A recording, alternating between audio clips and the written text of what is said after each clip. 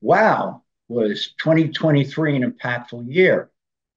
In early 2022, Senator Chris Murphy from Connecticut and Representative Frank Marvan from Indiana introduced legislation into Congress that would help protect retirees. Immediately, BellTel got behind this.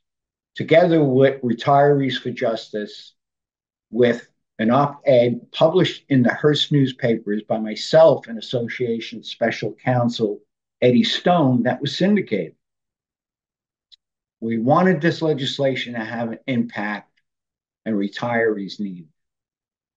The original legislation snowballed into the eventual omnibus legislation signed by President Joe Biden in December of 2022, now widely known as the Secure 2.0 Act.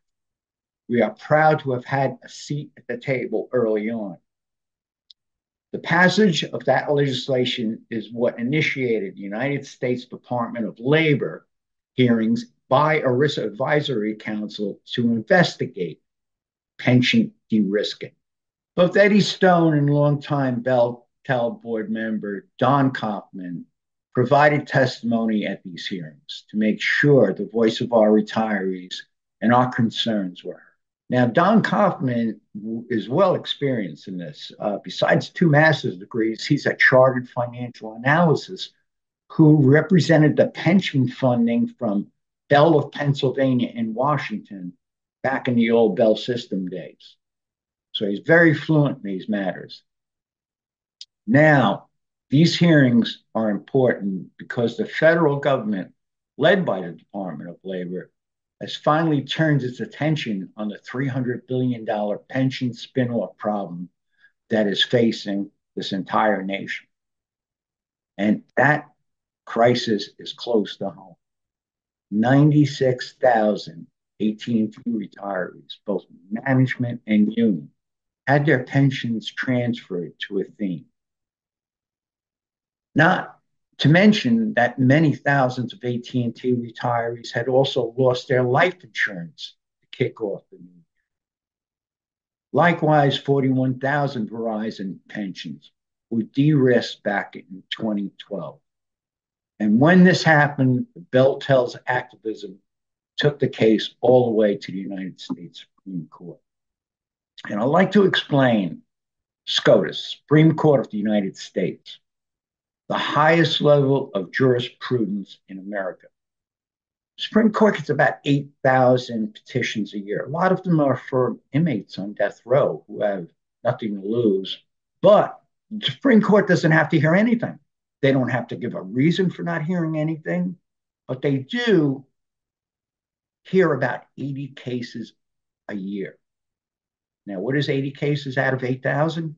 1% have merit for the Supreme Court to examine. And that was the Association of BellTel's petition, which had merit.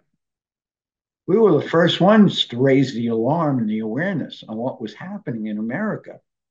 But it took 10 years for the federal government and President Biden to finally examine what was going on and sign into legislation protections. Our retirees are entitled to the pensions they earn. And this is what we were explaining. And the constitutional pension protections guaranteed under ERISA. Yet, why is there not more anger about these pension spinoffs? According to Retirees for Justice, between 2022 and 2023, 1 year alone, $75 billion in retiree pensions were de-risked. That is a massive amount of people's hard-earned pensions. Each has lost their ERISA protections and now exist in limbo, hoping that nothing happens to the new annuity provider now responsible for making their pension payments. We advise to fellow retirees to stand up and fight back, because what developed as a telco-centric association has now evolved into a national retiree advocacy group in both state and federal legislations looking at these matters. When Verizon did the 41,000 retirees and a $6 billion transfer, no one else spoke up about this issue. And now, over a decade later, the pensions of countless millions of other retirees became easy picking for the annuity providers to go and raid the federally protected pensions of millions of people. Those of you who still have pension protection sheltered under the Employee Retirement Income Security Act, ERISA, have a well-deserved safety net. And those who have been de-risked no longer have access to the safety net. In fact, the Bloomberg News editorial did something rather unprecedented and recently published an editorial on the crisis of pension de-risking, spotlighting questionable investment decisions by insurers and private equity firms who are truly endangering the security of pensions. It's like almost going to the casino with our billions of dollars in pensions.